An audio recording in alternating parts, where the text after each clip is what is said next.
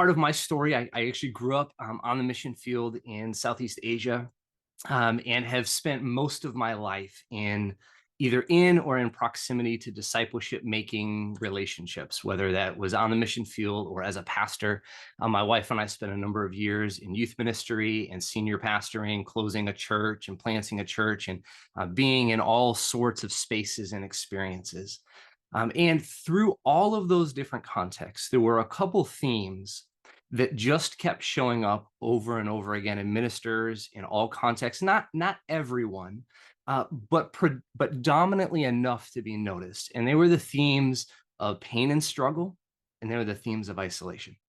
When things are going well, the absence of deep relationship that can hold space for pain and suffering doesn't show up. It tends to show up actually when life dips and when things get really hard. And part of our own journey was some of those experiences of going through some really hard times and realizing that we had much stronger relationships for celebration and much stronger relationships for leadership development, and much stronger relationships for engagement and friendship, but having spaces to actually wrestle through challenges and difficulty were just something there wasn't a lot of space for. And that really set my wife and I on a journey.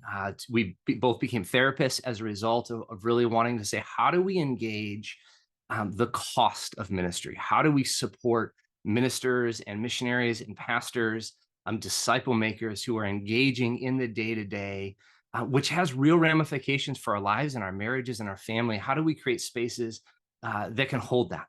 I think a lot about how the trust that is formed that can hold weight and pain is actually only formed by holding weight and pain. And so how do we create spaces of practice for this so that when things are really hard, we actually have community that can hold these things?